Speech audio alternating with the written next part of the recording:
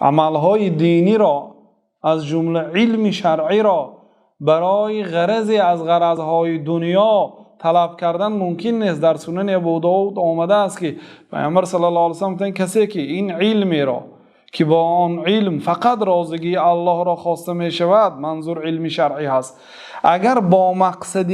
دنیا، غرض از اغراض دنیا، اگر این علم شریعت را آموزد، لم یرح رائحة الجنه، بوی جنت را نمی بیند. گفتند یعنی این علم دین باید خالص به خاطر رازگی الله سبحانه و تعالی آموخته شود. اما علم های دنیوی اجازت است که با مقصد جمع دنیا، جمع آبرو یا گرفتن منصب اگر علم آموزد باکی نداره، لیکن علم شرعی را باید برای رازگی الله تعالی خالصا لله، نه برای مناقشه کردن با علما یا با طالب علما یا با دیگرها با نیت های بد اجازت نیست که انسان طلب علم شرعی گیرد.